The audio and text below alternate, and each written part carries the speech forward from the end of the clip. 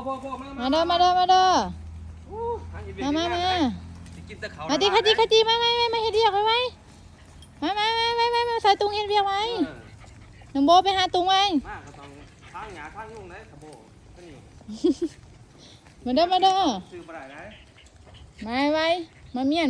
ไว้มาใส่กันไว้เดี๋ยวน้องนิวไปแหละไปไว้ไปพุ่นน้องโบไปพุ่นยาโอ้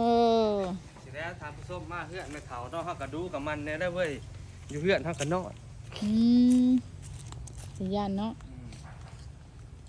จนไม่เฒ่าหาเด้ไม่เฒ่ามาว่าว้ายแล้วก็บ่ว่าดอกเอาว่าหญ้าอยากสูงเว้ยแล้วก็เว้าดินกันซะแหละเนาะเฮาก็คิดเอาเองเลยเว้ยเฮ็ดไปน้ำจมไปน้ำจะได้ไม่เฒ่ายืนมาฟังข้างหลังแล้วเพราะว่าเราได้ยินแหละไม่เฒ่าได้ยินแต่ก็บ่จักมาถามศพเนาะออกมามีหมักเกี้ยงเฮ้ยมีหมักอันน่ะบ่ฮะนี่มีหมักนี่อยู่เฮือนนี่ท่านผู้ชมนี่อยู่เฮือนมีหมักหน้าโอ้นี่หมักนาวหน่อยบางใหญ่นี่เห็นบ่พี่มันอยู่พี่ก็มีอยู่เฮือนสวรรค์เฮานี่มีหมักหน้านั่นพี่อยู่พี่นี่สิให้เบิ่งนี่อยู่เบิ่งนี่โอ้ยคักเว้ยหมักนาวตายเอาไปกินน่ะเนาะอันน่ะบีบใส่น้ำร้อนกินน่ะนะออกยับออกโอ้ยจะเป็นพวกจะมาวนมาไหว้เขาจะได้เนาะจีมานี่เลยฮัตตี้นี่หมูหมากะไก่เนาะเฮ็ดจะได้แบบนี้เอาไปจูดบ่เอาไปจูดได้เว้ยจะสั่นละวะดูมันขยันเพียรโหมีหัวหน้าไปคุมยืนคุมไปจะไหนน้องโบไปยืนคุมบ่ยาน้องโบมากวดทางนี้ตัดเองได้นี่ฝีมือได้นี่แล้วก็ตัดแล้วว่างเขาไปตลาดนี่แต่ว่าตัดมันจะไปตลาดนี่แหละโอเคแต่ว่ามือว่านนี่ตัดได้ครึ่งนึงตัดแต่เขากับกวดหญ้าเดี๋ยวมืออื่นหันสิว่างแผนซื้อเป็ดมาปีกบ่แต่ก็เอาหญ้ามาเอาสารมาปูจะได้ว่าอันนั้นไม่ไหวนอโดนเข้ามาสวรรค์เธอหนึ่งก็มาเห็นกิจกรรมครอบครัวนี่แหละท่านผู้ชมเห็นบ่นี่แม่มีโอกาสแล้วก็มืออื่นนี่ว่างแผนนี่สิเอาอันนั้นเอาสารมาปูเดี๋ยวกับปีกเป็ดอยู่นี่เนาะอยู่เดินเพื่อนเดินสร้างเท่าเองนี่แหละนี่กูบักม่วงตัวนี้บักม่วงมันแสบเป็นแสบท่านผู้ชมแสบมาต่อนี่ท่านบอกแล้วมันนี่กระสิมืออื่นต่อคนนี้เฮ็ดเท่าน้อยก็ได้ไม่ทำบ่ให้ดอกเลือออกก็ได้นี่บ่หายจะได้แต่ว่าอ้าวแล้วเพราะทั้งหน้า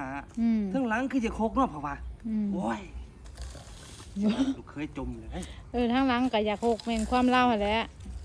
เจองูเหี่ยวเนาะเราบ่ได้ยินดอกท่านผู้ชมตอนนี้เราสิเห็นตอนเขาเอาคลิปลงติเจ้าเลยเราก็สิไปคอมเมนต์ได้ว่าโอ้ยมาเธอเดียวกันจะมันจมเนาะแล้วจะมูนิกก็ให้เราจมในที่โดนเราจมเธอหนึ่งจะหาพี่สอนไปจับมันโดนจมเลยนี่ชีวิตอีหยังจมรถเท่านิ้วอันนี้ก็มาอยู่เฮือนเท่านิ้วสะโบน้องโบสิว่าสะโบมือนี่บ่มียังเฝ้าแต่เฮือนได้เรื่องได้2ตัวนี่เขาพี่แล้วเจ้านี่อ๋อก็บ่เฮ็ดหากว่าโอ้ประมาทบ่ได้นะหันอีหยังเขาเฮือนนี่จัดการโอ้ยไก่กาหน้ามุ่งบ่ได้ยังเฮ็ดเป็นจุ่มก่อน3มื้ออื่นเฮาจังซั่นไปเนาะโอเคเนาะท่านผู้ชมเนาะโอเคเฮ็ดจะได้บัดนี้ขึ้นมาเอามือหุบมาเอามือหุบนี่มันใส่ขาดนี่มือหุบนี่แหละว่าดูได้เว้ยมืออื่นจังสิปัดต่อเด้อบ่ไหวล่ะมึงไงล่ะทั้งตัดทั้งอันนี้มันก็บ่ไหวเด้อเว้ยเดินบักใหญ่ๆเลยมันเป็น30พุ่นบ่จนเมื่อยมันสิเดือนเมื่อยเลยเด้นี่มืออื่นต่อแล้วเว้ยเกี่ยงบ่ท่านขยันเพียรรับจ้างเด้อท่านผู้ชมรับจ้างตัดหญ้าเดินตัวนี้เอาบ่แพงดอก300,000ตัดให้พ่ออันนั้นไม่ให้พ่อจูดให้พ่อทับพ่อคุ้มค่าแน่นอนกระโลงเป็นยังมันอ่อนบ่ยังกระโลงนะบ่ข่อยมันหยาบบ่ทอมือโอ้ยมันบ่ได้เปื้อนเด้มันยามันก็มีแต่ขี้หมา ไม่ยังจะมีสกีมาไปเอาไปจูดไปนี่ว่ามันสิขูดมันเสียน้ำมาจังน้ำมันสิขวดเนาะ บ่มันจะขึ้นตอนกลางคืนน่ะติ กระยาเนาะซะเนาะ มื้ออื่นเช้าก่อนซะ ไป โอเค แล้วเนาะ พ่ออะไรท่านผู้ชมซ้ำนี่ไม่เท่ากันย่องนั่นแหละยิ้มเปื่อยๆพุ่นอยู่ซองมาเบิ่งอยู่เมื่อกี้นี่รักซองมาเบิ่งท่านผู้ชมเลยเห็นว่าบอกเอียงว่าคือได้ยินว่าไม่เท่าแล้วก็รักซองมาเบิ่งสำหรับคลิปนี้เนาะออกแค่ง่ายย่ำแรงอยู่เพื่อนไม่เท่าแข้งสมรรถเขตเท่า